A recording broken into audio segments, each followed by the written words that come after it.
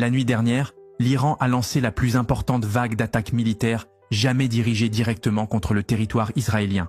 En moins de 2 heures, plus de 200 projectiles, des missiles balistiques et des drones armés ont frappé plusieurs points stratégiques à l'intérieur d'Israël.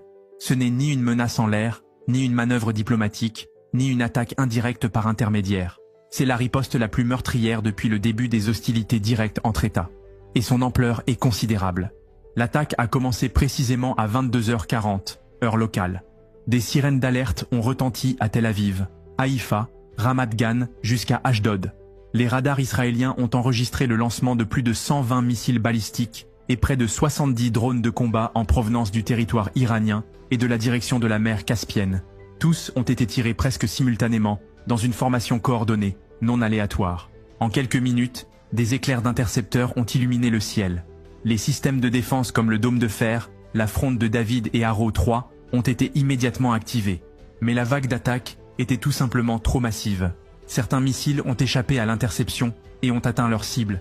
À Haïfa, une énorme explosion a secoué la zone portuaire lorsqu'un missile a frappé un réservoir de carburant. Sur la base aérienne de Ramat David, 3 points d'impact ont causé de sérieux dégâts aux hangars et aux lignes logistiques. Même à Tel Aviv, 2 missiles ont réussi à percer les défenses et ont provoqué des dégâts structurels dans des zones résidentielles. C'est une véritable épreuve pour les défenses aériennes israéliennes. Ce n'est ni un exercice, ni une simulation. L'Iran a utilisé des missiles Zolfaghar et Desful, 2 modèles balistiques à moyenne portée, capables de manœuvrer en phase terminale et de se déplacer à très grande vitesse, ce qui rend leur interception beaucoup plus difficile, même pour les systèmes les plus sophistiqués. Pire encore, des drones kamikazes ont été envoyés en premier pour cibler les radars et les systèmes de lancement défensifs.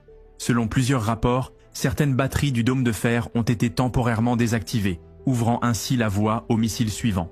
Certains analystes militaires affirment que c'est la première fois, depuis sa mise en service, que le dôme de fer est contraint de sélectionner ses cibles, tant le volume de menaces était trop important pour être traité en simultané. L'attaque de la nuit dernière n'était pas une simple riposte spontanée. Elle marque une nette évolution dans la stratégie militaire de l'Iran. Certains analystes estiment que ce que Téhéran a orchestré cette fois-ci s'inscrit dans un schéma d'escalade progressif, mais planifié. Les cibles visées n'étaient pas seulement symboliques, ce sont des points vitaux, capables de paralyser les opérations militaires et logistiques d'Israël. L'Iran a utilisé une combinaison de missiles balistiques à moyenne portée, dotés de systèmes de navigation modernes et capables de manœuvrer en phase terminale. Parmi les modèles identifiés, les missiles Fateh 110, Zolfaghar et Desful, qui ont démontré une grande précision et une vitesse hypersonique à l'approche de la cible. Et l'usage des drones n'avait rien de hasardeux. Certains